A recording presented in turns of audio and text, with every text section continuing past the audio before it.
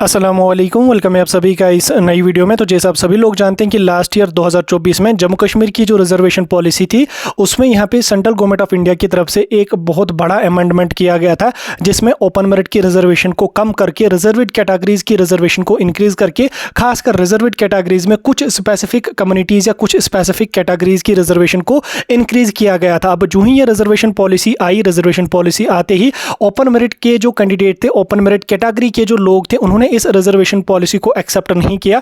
वो इस reservation policy से बिल्कुल भी खुश नहीं थे, क्योंकि जहां पे ओपन मेरिट की आबादी 60 से लेके 70% के आसपास थी, वहीं उनकी रिजर्वेशन को 30 से लेके 40% ही उनको रिजर्वेशन यहाँ पे मिलती थी। चाहे वो गवर्नमेंट जॉब्स हों, चाहे वो एडमिशन्स हों, चाहे बाकी चीज जगह हों, हर जगह उनको 30 से लेके 40% ही यहाँ पे रिजर्वेशन मिलती थी। अब ये जब रिजर्वेशन पॉलिसी आई, उसके बाद जम्मू कश्मीर में इलेक्शंस की यहाँ पे मुहिम स्टार्ट हुई। इलेक्शंस की मुहिम स्टार्ट होते ही जम्मू कश्मीर नेशनल कॉन्फ्रेंस की जो गवर्नमेंट है, जम्मू कश्मीर नेशनल कॉन्फ्रेंस जो है, उन्होंने अपने मैनिफेस्टो में मेंशन किया कि अगर हम लोग जीतेंगे तो हम जम्मू कश्मीर की जो नई रिजर्वेशन पॉलिसी है उसको हम जो है वो चेंज करेंगे, उसमें हम अमेंडमेंट लाएंगे और ओपन मेरिट के जो लोग हैं, ओपन मेरिट के जो एस्पिरेंट्स हैं, जो उनके साथ नाइंसाफी हुई है इस रिजर्वेशन पॉलिसी में, हम उस रिजर्वेशन पॉलिसी को अमेंड यहाँ पे करेंगे। देन उसके बाद जब उन्होंने गवर्नमेंट अपनी बनाई, गवर्नमेंट बनाने के बाद उन्होंने कुछ ही टाइम के बाद जो है वो एक कमेटी भी बिठाई जो यहाँ पे रिजर्वेशन पॉलिसी को जो है वो रिव्यू करेगी। रिजर्वेशन पॉलिसी रिव्यू करने के बाद वो अपनी सजेशंस इस रिजर्वेशन पॉलिसी पे दे देंगे। तो फिलहाल उनकी सजेशंस यहाँ पे आ चुकी है।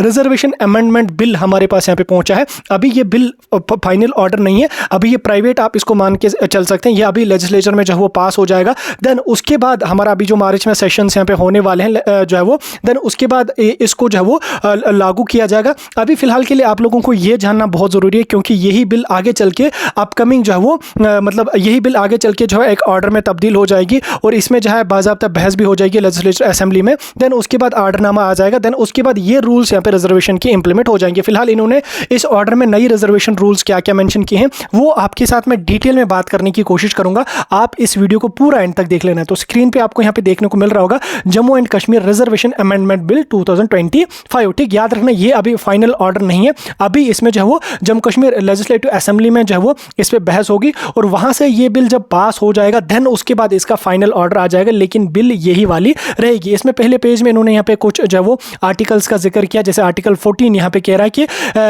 There shall not deny to any person, यानी कि इक्वलिटी बिफोर लॉ। आर्टिकल 14 हमारा कहता है, आर्टिकल 15 कहता है there shall be no discrimination against any citizen on the ground of religion, race, caste, sex, place of birth और any of them. Then उसके बाद आर्टिकल 16 का यहाँ पे मेंशन किया। ये चीज़ें हमारे लिए ज़रूरी नहीं है, हम यहाँ पे अपना जो इंपॉर्टेंट टॉपिक है उसको यहाँ पे हम देखेंगे। और यहाँ से आप लोग देखना स्टार्ट कर लो। यहाँ से इन्होंने जो वो रिजर्वेशन जो कोटा है उसके अमेंडमेंट के हवाले से कुछ चीज़ें यहाँ पे मेंशन करी है। अब जो हमारी नई रिजर्वेशन पॉलिसी रहेगी वो किस हिसाब से यहाँ पे रह सकती है, तो उसको आप समझने की यहाँ पे कोशिश करो। इसमें सबसे पहले जो हमारा शेड्यूल कास्ट यानी कि एससी की जो कैटेगरी है, जिसकी रिजर्वेशन पहले 8% हुआ करती थी, अब उसकी रिजर्वेशन यहाँ पे जो है वो इन्होंने इस बिल में यहाँ पे 4% ही रखी है। ठीक, अब ये ऑर्डर जब इशू हो जाएगा उसके बाद मे भी ये 4% ही आपके यहाँ पे रह सकती है, लेकिन ये इनकी सजेशन है कि इतनी यहाँ पे रहने वाली है। एससी के लिए यहाँ पे आपको 4% रिजर्वेशन देखने को मिल सकती है। देन उसके बाद अगर मैं यहाँ पे एसटी की बात करूंगा, जिनकी पुरानी रिजर्वेशन पॉलिसी में यहाँ पे 20% रिजर्वेशन हुआ करती थी, लेकिन अब इसके अमेंडमेंट में इन्होंने यहाँ पे क्या कहा कि इनकी एसटी की जो रिजर्वेशन होनी चाहिए वो 20 नहीं, वो 12% होनी चाहिए। अब ये 12% हमारी दो कैटेगरीज है, ST1 और ST2। ST1 में इन्होंने यहाँ पे क्या क्या मेंशन किया, कौन कौन कम्युनिटीज ST1 में आ जाएंगे। उसमें यहाँ पे इन्होंने कहा कि बकरवाल है, बाल्टी ट्राइब है, बेदा ट्राइब है, बोटो ट्राइब है। देन उसके बाद बाकी ट्राइब्स का इन्होंने यहाँ पे जिक्र किया है, यानी कि ST1 जो है इसमें यहाँ पे इन्होंने कहा कि इनकी रिजर्वेशन यहाँ पे 7% रहेगी। ठीक, 7% इनकी रिजर्वेशन रहेगी। देन उसके बाद ST2 का इन्होंने यहाँ पे जिक्र किया, इसमें यहाँ पे गदा ब्राह्मण रहेगी, कोली कास्ट रहेगी। देन उसके बाद पदारी ट्राइब रहेगी, पहाड़ी एथनिक ग्रुप यानी कि PSP वगैरह जो है वो यहाँ पे रहेगा। इसकी इन्होंने रिजर्वेशन की मांग क्या की है, इसमें इन्होंने रिजर्वेशन का बोला है कि इस ST2 को यहाँ पे जो 10% रिजर्वेशन हुआ करती थी, लेकिन अब इनको यहाँ पे 4% ही मिलनी चाहिए, क्योंकि एरिया के मुताबिक भी जो है वो इनका यहाँ पे 5% ही पॉपुलेशन आती है, तो 5% इनकी रिजर्वेशन यहाँ पे होनी चाहिए। बहरहाल अभी ये बिल आगे चल के पास हो जाएगा। देन उसके बाद इन्होंने इन्होंने एससीबीसी का यहाँ पे क्या जिक्र किया है, एससीबीसी में इन्होंने कहा कि एससीबीसी में यहाँ पे सिर्फ 12% रिजर्वेशन होनी चाहिए। अब ये जो 12% होगी ये 3-4 कैटेगरीज में यहाँ पे डिवाइड, सब कैटेगरीज में डिवाइड होगी, जिसमें सबसे पहले हमारा ओबीसी रहेगा। ओबीसी जिसकी पहले 8% रिजर्वेशन थी पिछली बिल में, अब इसमें उन्होंने यहाँ पे क्या कहा कि उसके लिए यहाँ पे 5% रिजर्वेशन होनी चाहिए। देन उसके बाद एएलसी आईबी का जहाँ पे 4% रिजर्वेशन हुआ करता था, अब इन्होंने कहा कि उसका यहाँ पे 2% रिजर्वेशन होना चाहिए। देन उसके बाद आरबीए की अगर मैं बात करूं, जिनकी 10% रिजर्वेशन हुआ करती थी, उनको यहाँ पे इन्होंने कहा कि उनकी यहाँ पे 5% रिजर्वेशन होनी चाहिए। हालांकि आरबीए में यहाँ पे अभी की अगर हम बात करेंगे, अभी के हिसाब से अगर हम आरबीए की बात करेंगे तो आरबीए में जम्मू कश्मीर का काफ़ी ज़्यादा एरिया यहाँ पे आरबीए में फॉल करता है। तो आरबीए के लिए अगर 5% है तो या तो अगर ये 5% रहती है तो या तो फिर जब वो दोबारा से सर्वे होने चाहिए। जो अभी एससीबीसी कमीशन का जो सर्वे हुआ था, अभी दोबारा एससीबीसी कमीशन का सर्वे होना चाहिए। जो करंटली एरियाज बैकवर्ड एरियाज हैं उन्हीं को रिजर्वेशन मिलनी चाहिए, क्योंकि आरबीए में अभी बहुत सारे एरियाज ऐसे हैं जो बैकवर्ड अभी है नहीं, लेकिन फिर भी वहाँ के लोग जो है वो आरबीए का फ़ायदा उठाते हैं। अगर 5% आरबीए की रिजर्वेशन रहती है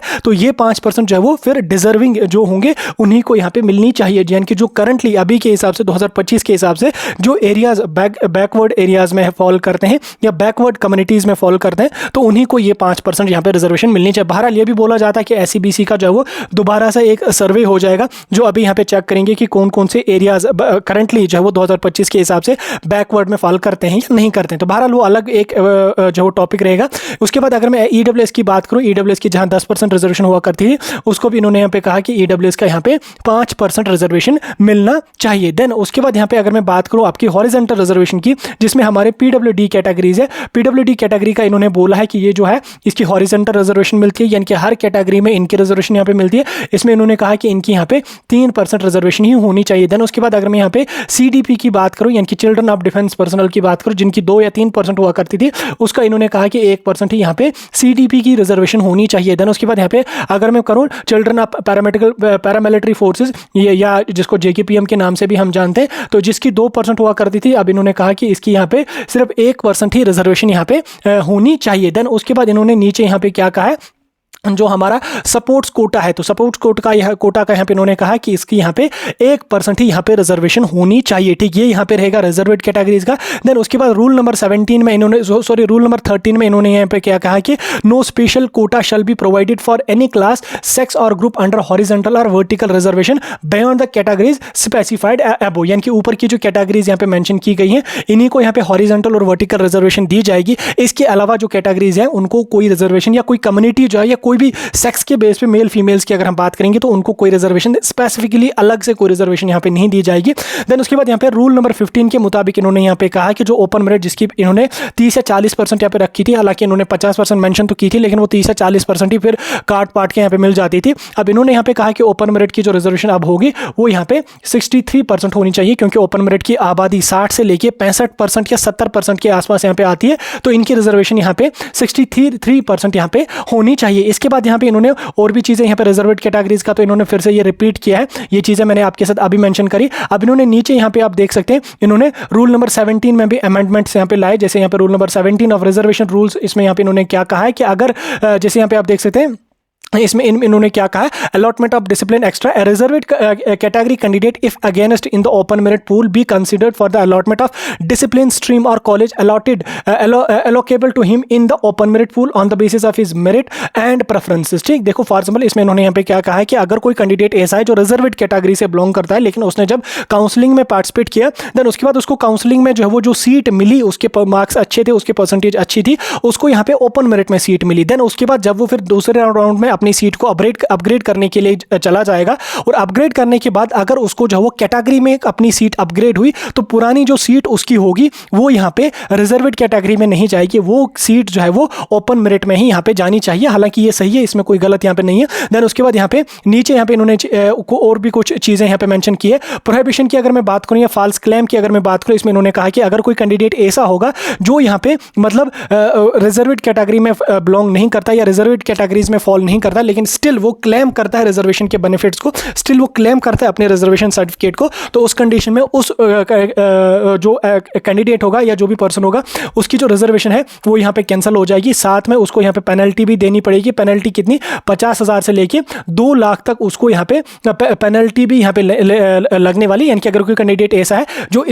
मतलब रिजर्वेड कैटेगरीज में फॉल नहीं करता या रिजर्वेड कम्युनिटी में फॉल नहीं करता, लेकिन फिर भी वो रिजर्वेशन के लिए अप्लाई करता, रिजर्वेशन के लिए क्लेम करता, रिजर्वेशन सर्टिफिकेट ले लेता है, तो उस कंडीशन में उसको जो है वो 50,000 से लेके 2 लाख तक का यहाँ पे फाइन पे करना पड़ेगा। देन उसके बाद यहाँ पे मिसलेनियस कुछ प्रोविजंस यहाँ पे इन्होंने मेंशन किए हैं। ये चीज़ें आपके लिए इंपॉर्टेंट उतनी नहीं है। फिलहाल अभी का जो रिजर्वेशन पॉलिसी मैंने आपको समझा दिया, ये रिजर्वेशन पॉलिसी आगे चल के जो है वो अभी मार्च सेशन हमारा स्टार्ट हो जाएगा, देन उसमें जो वो लेजिस्लेटिव असेंबली में इस पे बहस चलेगी, देन उसके बाद ऑर्डर भी इसका आ जाएगा। ऑर्डर आते ही जो है वो फिर नई रिजर्वेशन के रूल्स जम्मू कश्मीर में इंप्लीमेंट हो जाएंगे। फिर कब तक हो जाएंगे, क्या कुछ हो जाएंगे, वो आगे चल के हमें पता चल जाएंगे मार्च में ही। लेकिन फिलहाल के लिए जो नई रिजर्वेशन पॉलिसी रहेगी वो इस हिसाब से यहाँ पे रह सकती है। बाकी अभी ये फाइनल ऑर्डर नहीं है, मैं रिपीट कर रहा हूँ, ये अभी फाइनल ऑर्डर नहीं है, ये जस्ट कमेटी की सजेशंस हैं, ये एक प्राइवेट ऑर्डर आप मान के चल सकते हैं। अभी जब ये ऑर्डर फाइनल ऑर्डर होके आ जाएगा, गवर्नमेंट इसको फाइनल जो है वो इशू करेगी, तब जाके फिर नए रूल्स जम्मू कश्मीर में इंप्लीमेंट हो जाएंगे। बहरहाल आपकी इस नई रिजर्वेशन पॉलिसी के रिगार्डिंग क्या राय है, आपका इसके बारे में क्या कहना है, आप कमेंट्स में हमें बता सकते हैं।